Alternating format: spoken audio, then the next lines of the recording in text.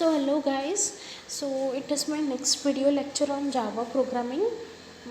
Today's topic is method overriding. Okay, so what exactly is method overriding? In case of method overriding, we learned inheritance like few lectures back. Only if you have learned what is inheritance, you can understand this. So uh, what exactly happens in method overriding? So like, say for example, in case of single inheritance, in single inheritance what we had a class A and a class B, and class B was extending class A, that is, it was inheriting the methods and instance variables of class A. Okay, in case there is a method in class A along with some parameters, and in class B we have this a method with the same name with the same parameters, then that is known as method overriding. What is the reason for it? Why do we? Yeah, so what is the purpose of method overriding?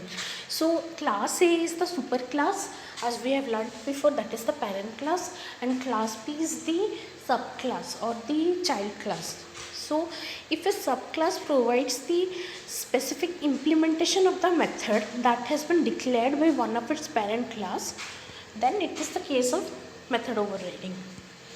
Okay. So I will be explaining you what is the problem. Okay, like when you do not use method overriding, what is the issue?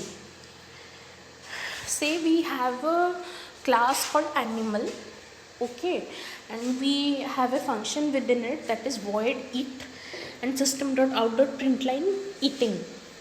Okay, now we have another class called dog, and we write class dog extends animal class.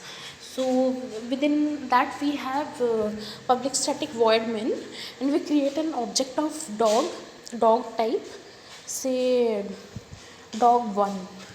Okay, now when we try to invoke the function eat in the parent class, that is by dog1.eat, we will get the output as eating. Okay, so here we are not able to give the reason why we created another class called dog. We are not providing a proper implementation of the dog class. Okay, so how is it done? So exactly how method overriding is done and all that I will be teaching you in the next class. Thank you.